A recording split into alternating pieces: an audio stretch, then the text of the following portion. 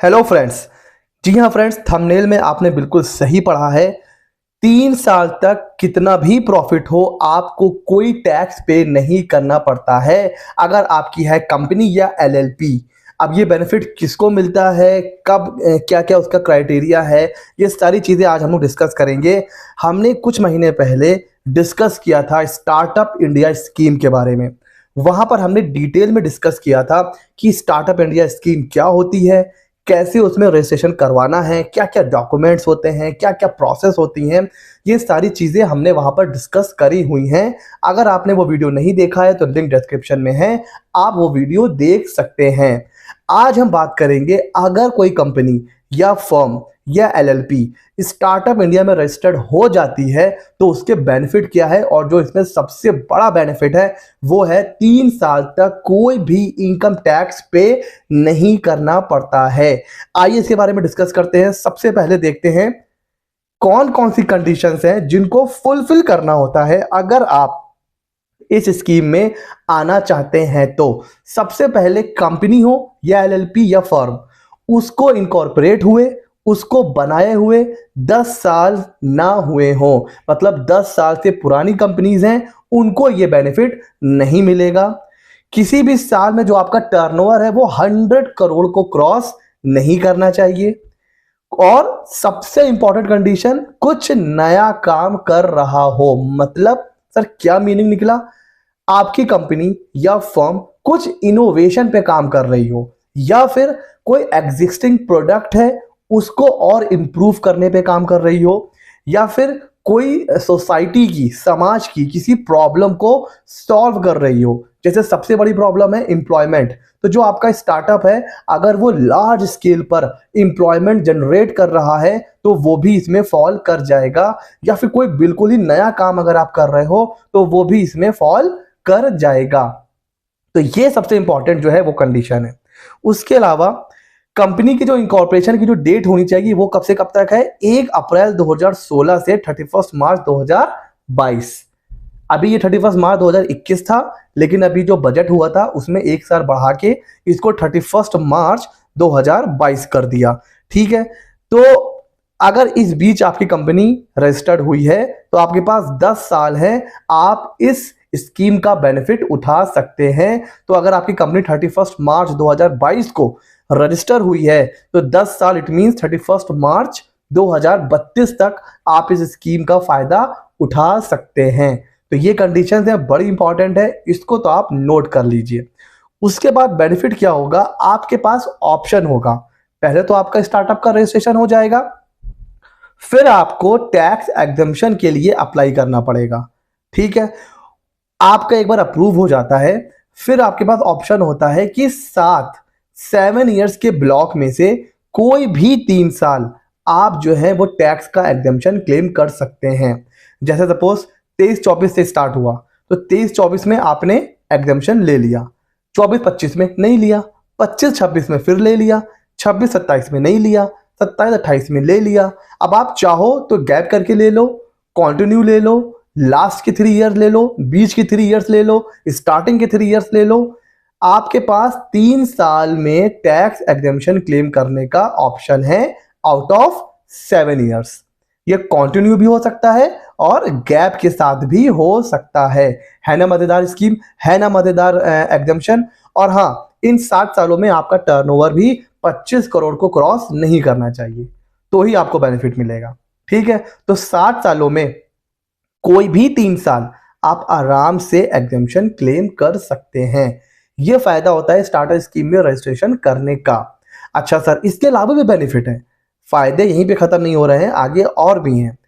अगर कोई startup company, firm, LLP कोई लॉन्ग टर्म एसेट ट्रांसफर करती है तो जनरली क्या होता है, कैपिटल गेन लगता है ना।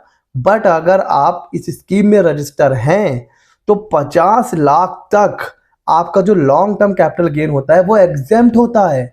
बस करना क्या है आपको, जब आपने ट्रांसफर करा है कैपिटल एसेट, वहां से विद इन 6 मंथ कुछ गवर्नमेंट की स्कीम होती हैं, आप बॉन्ड कह सकते हो, वहां पर आपको इन्वेस्ट करना पड़ता है। जितना एग्जम्पशन आपको क्लेम करना है उतना आपको इन्वेस्ट करना पड़ेगा, उसका आपको इंटरेस्ट भी मिलता है। तो 50 लाख तक लॉन्ग टर्म कैपिटल गेन भी एग्जेम्प्ट होता है। ये तो हो गया भाई कंपनी के लिए।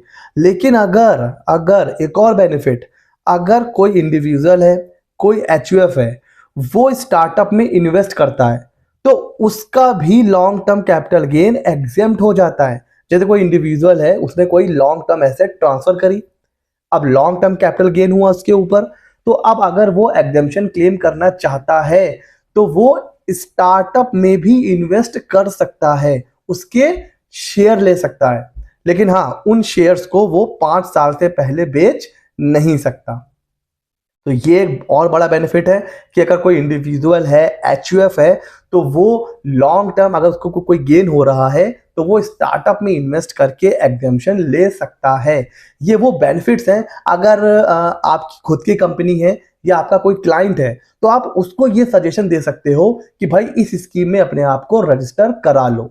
और देखिए, प्रैक्टिस का एक गोल्डन रूल है, जब आपका क्लाइंट ग्रो करता है तो आपकी प्रैक्टिस भी ग्रो करेगी। और आपका क्लाइंट कैसे ग्रो करेगा? जब आप उसको इस तरह के नए नए एडवाइस करोगे, तभी तभी वो आपको एक्नॉलेज करेगा, तभी वो आपको फीस पे करेगा कि जो आप उसका जो प्रोफेशनल है वो उसको टैक्स एग्जेम्पशन, टैक्स बेनिफिट, है ना, और कैसे लाइबिलिटी को रिड्यूस करना है, जब आप उसको ये सारी चीजें बताओगे तो ही क्लाइंट आपसे इंप्रेस होगा।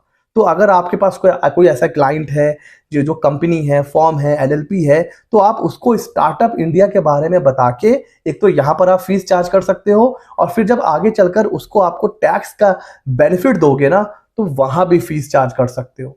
तो क्लाइंट भी खुश और आप भी खुश। तो ये बहुत अच्छी स्कीम है, इसमें आपको जरूर जाना चाहिए। ठीक है सर, अब सवाल ये उठता है कि कैसे करना है रजिस्टर्ड। तो देखिए, जो स्टार्टअप इंडिया का जो वीडियो था जिसमें हमने डिटेल में पूरा डिस्कस किया हुआ है, उसका लिंक डिस्क्रिप्शन में है। उसमें मैंने आपको सब कुछ बताया हुआ है कि साइट पे जाके कैसे रजिस्टर करना है।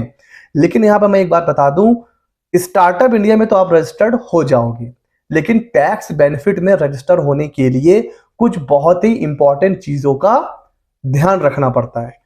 जैसे आपके पास वेबसाइट होनी चाहिए, ऐप तो होनी ही चाहिए, आप जो काम कर रहे हो उसका एक पूरा प्रोसेसिंग का वीडियो होना चाहिए कि भाई आप काम जो करते हो, सपोज आप मैन्युफैक्चरिंग कर रहे हो, तो मैन्युफैक्चरिंग आप कहाँ कर रहे हो, कैसे कर रहे हो, उससे आप कितने लोगों को एम्प्लॉयमेंट दे रहे हो, आपके पास कितने एम्प्लॉय हैं, आपने कितना कैपिटल लगा रखा है, ये सारी चीजें वीडियो में होनी चाहिए।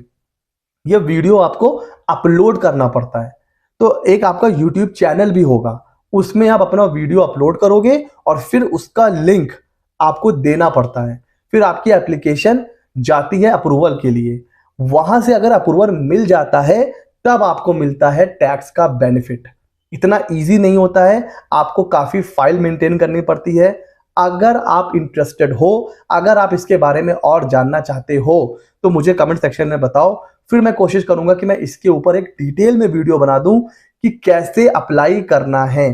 फिलहाल मैंने सोचा एक बेसिक वीडियो बनाते हैं ताकि आपको ये इंफॉर्मेशन, ये नॉलेज हो सके कि भाई ये भी एक स्कीम है जिसमें अगर आप खुद कंपनी चला रहे हैं तो आप खुद को रजिस्टर करा सकते हैं। अगर आपके पास क्लाइंट है तो आप अपने क्लाइंट को सजेशन दे सकते हैं कि वो इस स्कीम का बेनिफिट ले सकते हैं। तो ये था वीडियो, कैसा लगा मुझे जरूर बताइएगा। ऐसे ही मजेदार वीडियोस टैक्सेशन से रिलेटेड, फाइनेंस से रिलेटेड सीए मित्रा 24 पर आते रहते हैं।